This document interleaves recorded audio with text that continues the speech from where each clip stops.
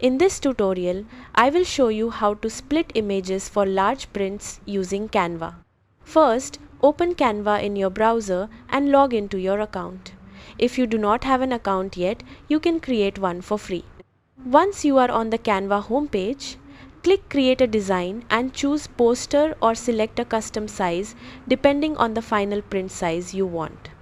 Next, upload the image you want to print. Go to the Upload section and upload your image from your device. Drag the image onto your canvas and adjust it so it fits the design. After your image is ready, go to the App section on the left side of the editor. In the search bar inside Apps, type Image Splitter and open the Image Splitter tool. Select your image and choose how many rows and columns you want to divide it into. For example, selecting 2 rows and 2 columns will split the image into 4 separate sections.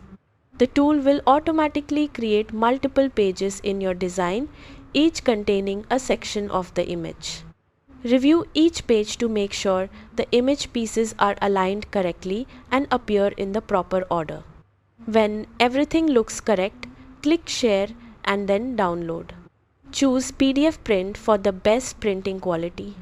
After downloading the file, print each page and assemble the pieces together to create your large poster.